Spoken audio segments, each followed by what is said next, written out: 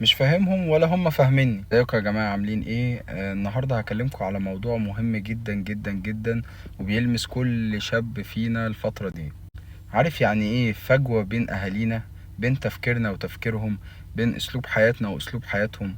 الفجوة دي لو ما ادركناهاش دلوقتي وعرفنا نتعامل معاها هتفضل تكبر وهتصعب علينا الحياة مع اهالينا. يعني مثلا احنا بنشوف السوشيال ميديا دي حاجة مهمة جدا وضرورية جدا في حياتنا.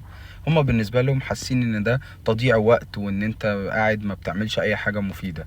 احنا شايفين ان السفر والدراسة بره او عامة تغيير مجال الشغل دوت حرية بقى، وان انا لسه بثبت ذاتي وبدور على المكان اللي ارتاح فيه.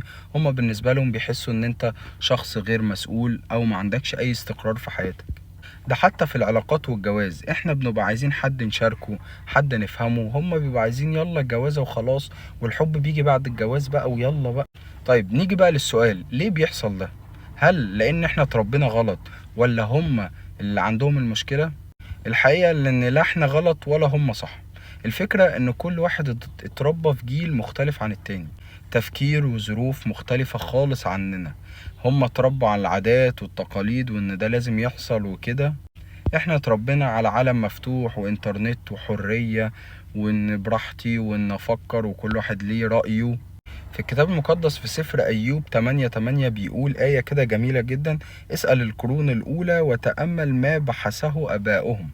يعني الكتاب المقدس نفسه بيقول لنا عيش حياتك زي ما انت عايش، بس ما تنساش برضو خبرات وعادات وتقاليد الناس القديمة، لان دول هم عندهم الحكمة بتاعت السنين. خلاصة السنين كده اللي انت هتعيشها هو عاشها وعدى بيها كلها. نلاقي على الجانب الآخر بقى بولس الرسول في رسالة تيموثاوس بيقول: لا يستهين أحد بحداثتك بل كن قدوة للمؤمنين. يعني حتى رغم ان انت صغير لكن انت عندك رسالة وهدف في حياتك. طيب يعني اسأل القرون الاولى ولا لا يستهين احد بحداثتي؟ اعمل ايه دلوقتي؟ الحل ان انا لا اقطع مع دول ولا اقطع مع دول. الحل ان انا اعمل زي جسر كده في حياتي واوصل ما بين الاتنين، يبقى في نقطة مشتركة كده في حياتنا. اسمع الاول قبل ما اعترض على اي حاجة. اوقات كتير لما بتسمع كلام ورأي باباك ومامتك هو ده فعلا بتحس ان هو طب ما الكلام ده فعلا صح، واللي هما بيقولوه ده صح، امال انا ليه معترض؟ رقم اتنين، اشرح وجهة نظرك بهدوء.